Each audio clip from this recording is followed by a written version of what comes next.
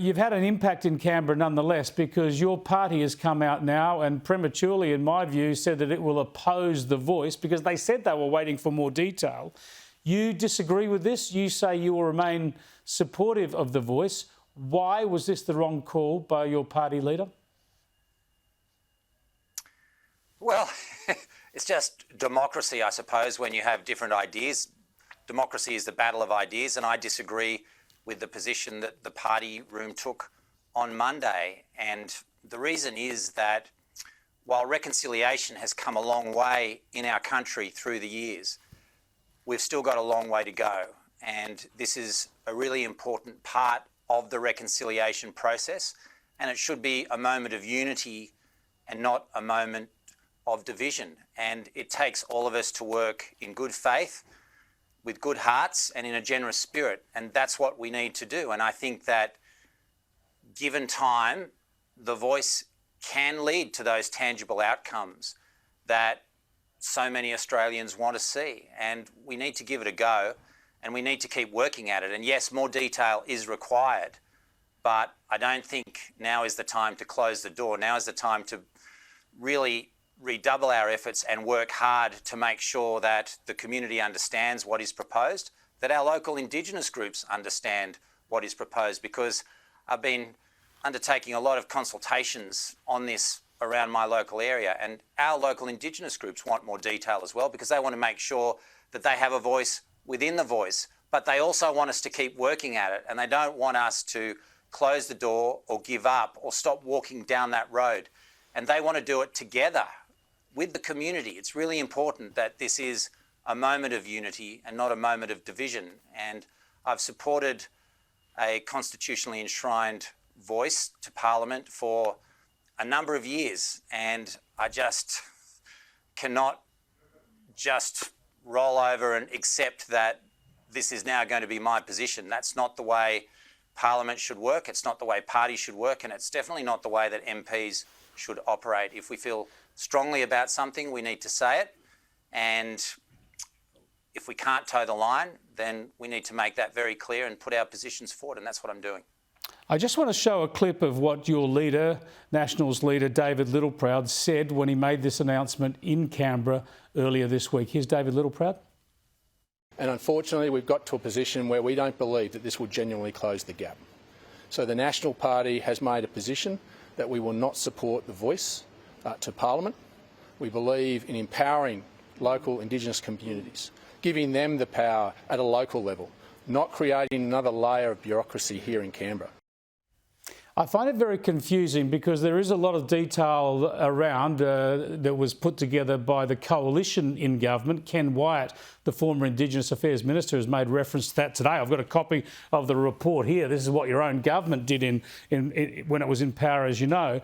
But having said there's not enough detail, why wouldn't you then wait to see what Labor puts forward in terms of the way it's going to structure the Voice? Why would you pull the rug out from underneath it before they've come back to you with that detail? David Littleproud is yet to answer us on whether he went to the Prime Minister or to the Indigenous Affairs Minister, or whether he even consulted with the Coalition's shadow Indigenous Affairs Minister, Julian Leeser. We just don't know. Were you consulted on this decision, for instance?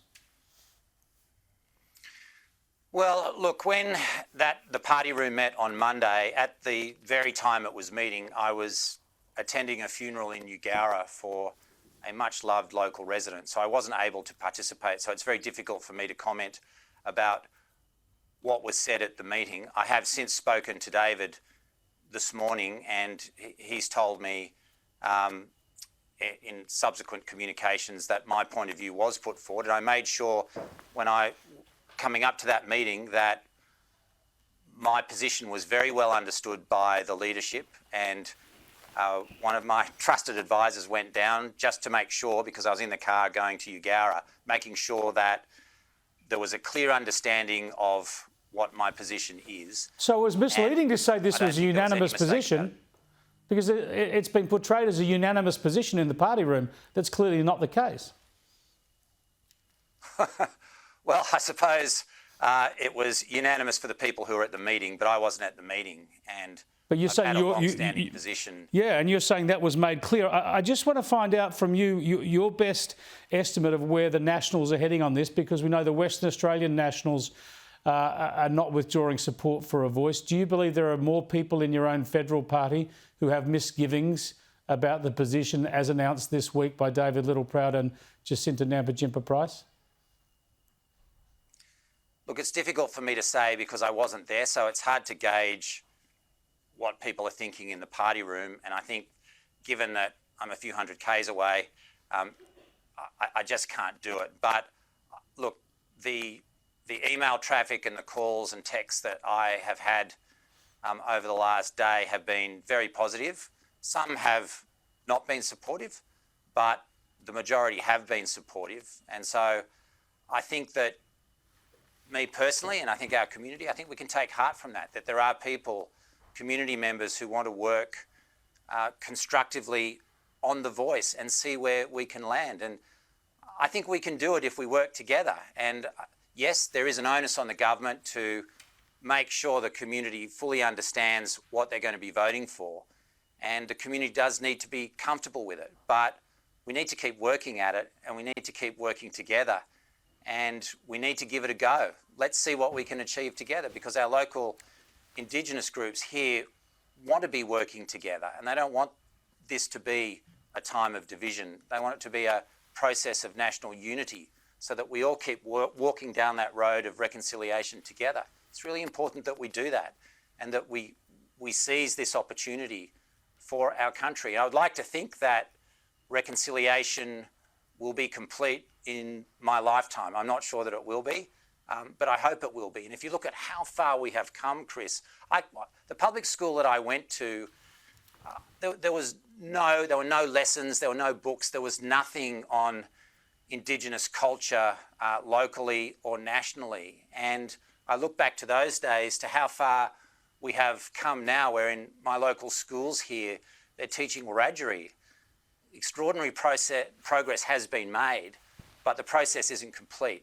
And we have to keep walking down that road, and we have to do it with that generosity of spirit. And we need to be open-minded about it as well. I can remember when that Mabo decision was handed down all of those years ago. People said it would turn the legal system upside down and it would be a terrible thing for the country, and we'd never be the same again. And you know what? The world has kept on turning, and Australia has developed and moved forward.